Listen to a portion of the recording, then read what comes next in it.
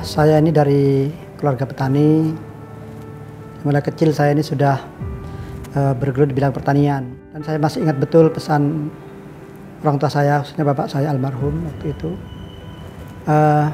Kamu ini harus sekolah lebih tinggi, harus menempuh pendidikannya setinggi-tingginya, supaya tidak menjadi seperti ayah seperti ini, kerja keras di sawah.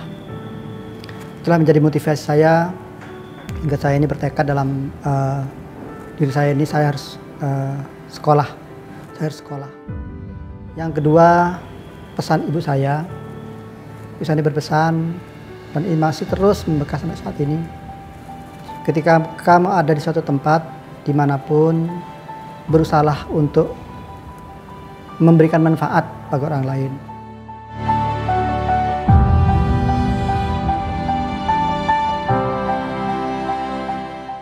Tanggal 12 April 1968 di Desa Bancelok, Kabupaten Sampang, lahirlah Muhammad Su'i, putra sulung dari pasangan Haji Ahmad Masduki almarhum dan Haja Supiyah.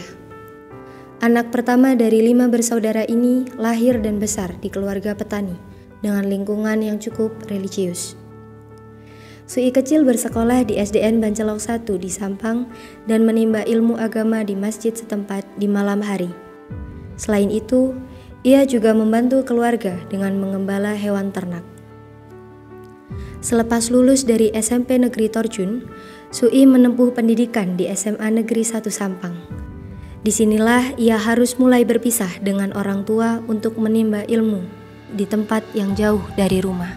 Su'i kemudian melanjutkan perantauan ke Kota Malang untuk berkuliah di jurusan Teknologi Pertanian Universitas Brawijaya. Tak hanya aktif dalam perkuliahan, Su'i merintis Taman Pendidikan Al-Quran bersama rekan-rekan kuliah dan mengajar di situ mulai masa awal kuliah hingga lulus sarjana.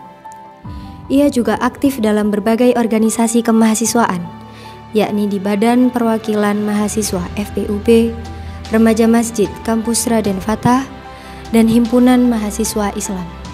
Berbekal ijazah S1 dan gelar insinyur pertanian, Su'i merintis karir di bidang pendidikan sebagai guru ekstrakurikuler di SMP Negeri 1 Malang.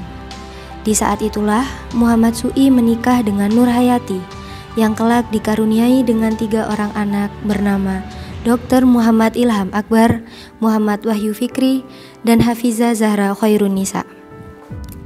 Sempat menjadi dosen yayasan selama 6 bulan di Universitas Dr. Sutomo Surabaya, Su'i memantapkan diri untuk mengabdi di Universitas Widyagama Malang berstatus dosen PNS, terhitung mulai September 1995. Di sela kesibukannya, ia berhasil lulus program Magister Pertanian di Universitas Brawijaya pada 1999.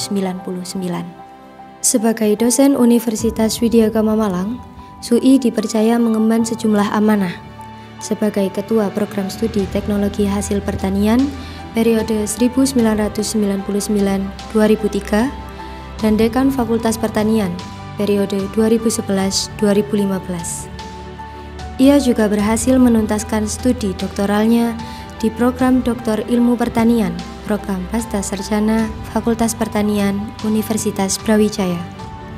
Perjalanan karir Muhammad Su'i mulai dari jabatan fungsional asisten ahli hingga persiapan menuju guru besar penuh dengan suka duka.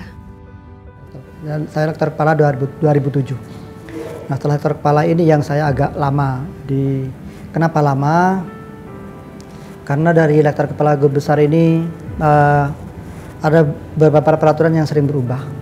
Akhirnya saya tahun 2015 itu mulai mengajukan lagi untuk guru besar aslinya sudah mulai nyusun. Sudah di sini diproses. Nah, dalam perjalanan proses itu ada beberapa perubahan peraturan. Sehingga tahun 2016 itu gagal saya sudah. Saya tetap harus berkarya, tetap menulis jurnal saya itu. Jadi 2001 saya sudah punya semangat lagi. Saya tata kembali berkas-berkas saya itu.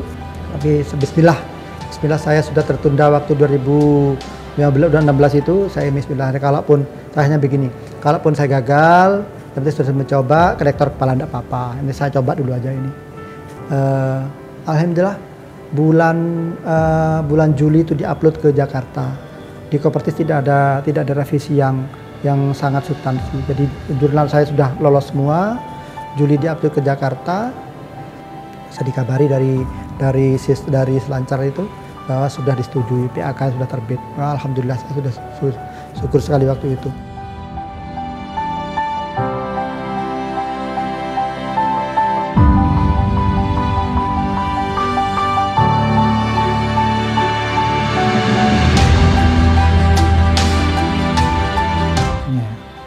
Saya mengenal Pak Sui sejak sekitar tahun 95-an gitu ya. Pak Sui orangnya baik, kalem gitu ya.